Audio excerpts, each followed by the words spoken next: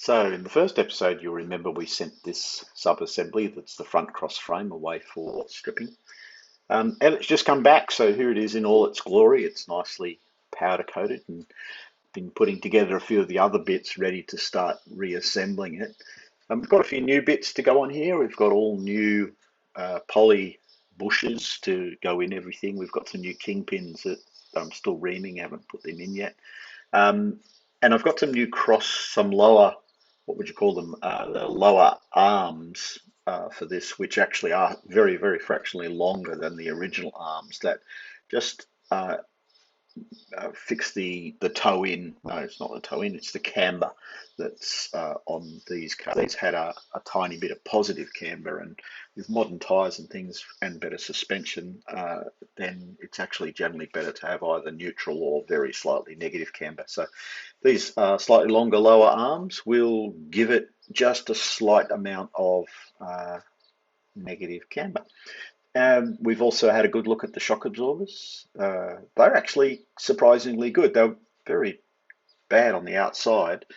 So we've cleaned them all up and painted them, and then I stripped them down, flushed them out, and cycled some new oil through them, and they actually seem to be working fine. So I'm going to put them back in, and we'll see how they feel on the car and take it from there. But that front sub-assembly is almost finished. I'm currently waiting on some new coils to come. I've gone for some 1 inch lower coils, which gives it a nice stance anyway. Other than that, we're just going to thicken up the front sway bar, and that's about all we're going to do to the front end. But this assembly is almost done.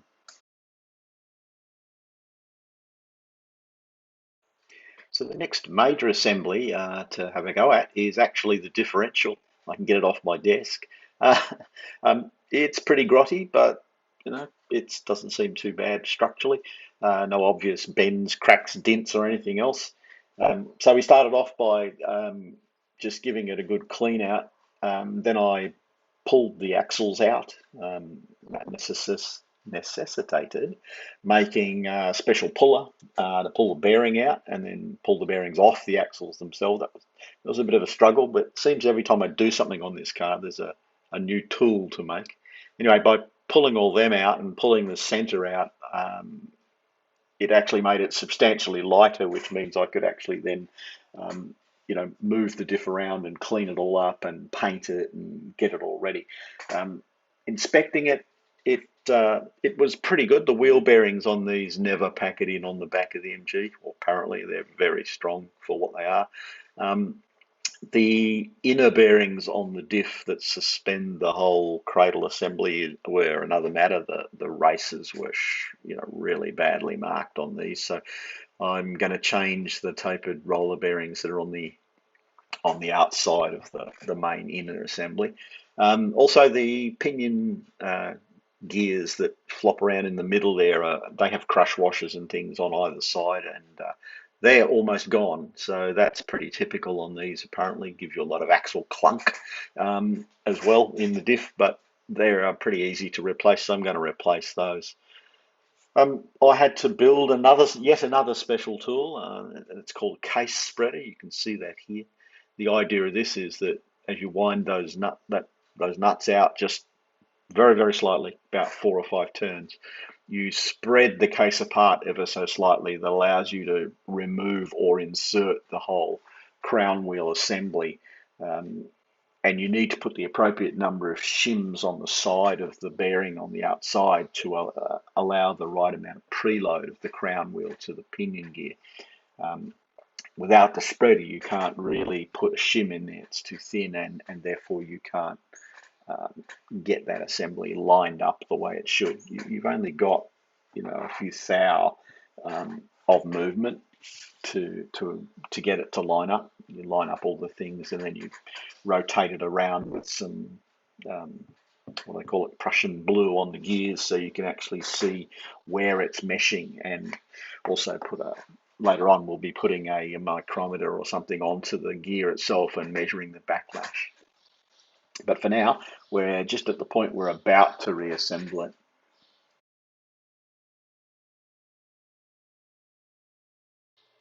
So to give myself a bit of a distraction, I decided I'd have a crack at rebuilding the dash.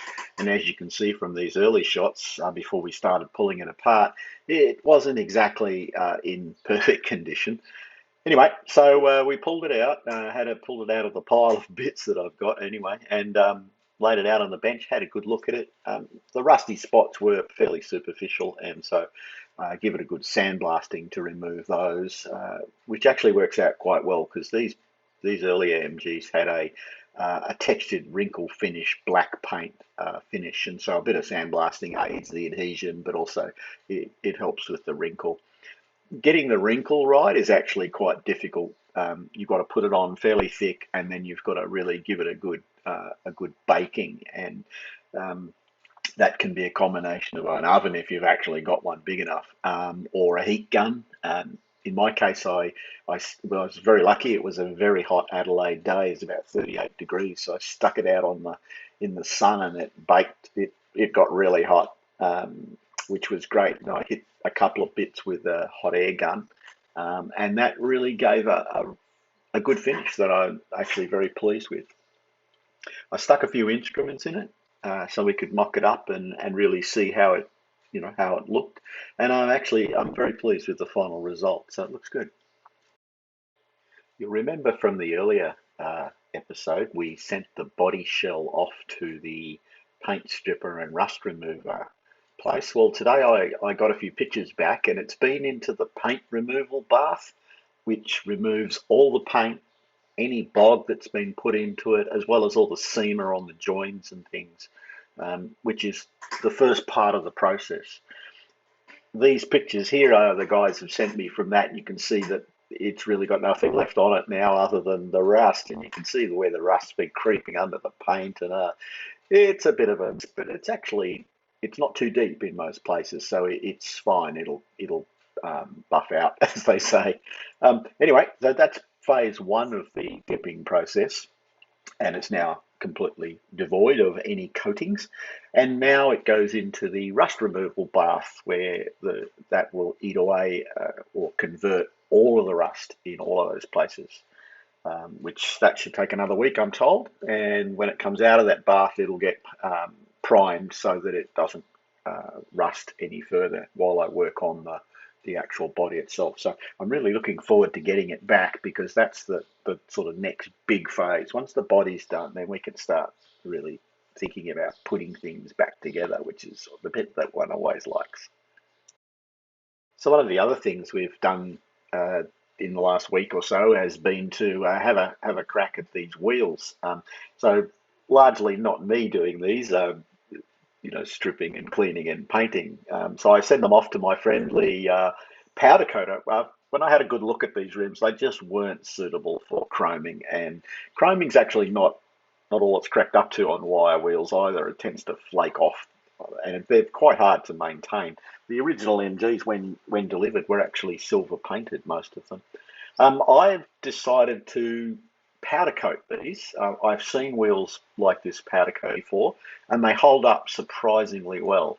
And powder coating covers a multitude of evils because it's very thick and viscous. So if you look at these early pictures, they were pretty horrible, and you really wouldn't think they'd come up. You take a look at the picture post powder coating with its new tyre on it, and they look fabulous. So all four of them have come up quite well. These two pictures here, the before and after, are actually the same wheel. So you can see how even that badly rusted area has come up quite well, and really is, it's just not worth pulling apart or even buying new rims. They're quite expensive if you can find them at all. Anyway, I'm pleased with these also. One of the other things I've been agonising over is what I'm actually going to do with this frame that goes around the windscreen. You can see on this picture that it doesn't look too bad on the inside, but the outside was really, really terrible in some places, heavily corroded, quite big pits in some parts, which really doesn't make it for easy polishing. So these are the two sort of external side frames, and these are the worst bits. These are the inside bits, so they're not actually as bad, but you can get an idea from down the bottom what the outside edge of it was probably like. a lot of people in restorations polish these. So as a raw aluminium originally, anodized, probably with some sort of clear finish, and they look really quite nice. They're not suitable for chroming because of it's an aluminium. It doesn't really work very well. And a lot of people just buff them and polish them and make them shine like a mirror, which looks really nice, but it's very hard to maintain as a raw aluminium that's just buffed, and you end up with aluminium polish all over the rubber seals, and I just couldn't be bothered maintaining it that much. So I have seen some photos of someone in the US who had theirs powder coated. So I went down and saw my friendly powder coater again, and I'm wearing a path down to their place, but they do such a good job. Anyway, so he suggested that we have a crack at powder coating it with an aluminium alloy looking coating. So we picked out a good colour from his selection, and I let him at it.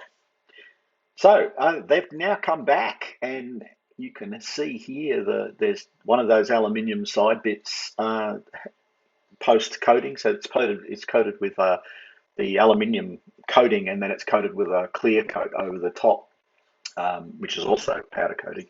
And they've come up really well. So I think they're going to be fine like this. Once again, it covers up a lot of the pitting and scratching from the corrosion.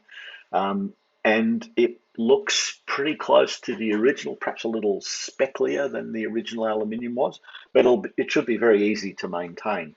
And it's being powder coating, it's extremely durable, so I don't think it's going to be a problem. But I'm going to assemble the screen in the next week or so, and we'll see what it looks like once it's all sort of framed up and put back together. But I'm pretty pleased with those too. They look good.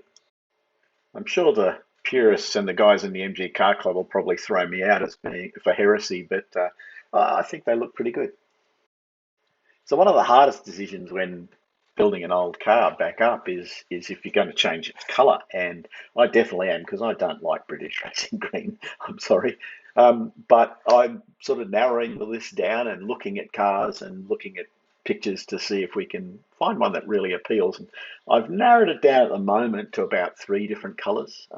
And the choice of outside colour versus inside colour is important because I quite like a white MG. As being a small car, it's not overpoweringly white, but it needs a bit of zing. So, you'll see pictures here of one with a red interior, and that looks really quite nice. I think the original picture, an Arctic white, a proper white, not a creamy sort of half-hearted thing, is probably the way to go.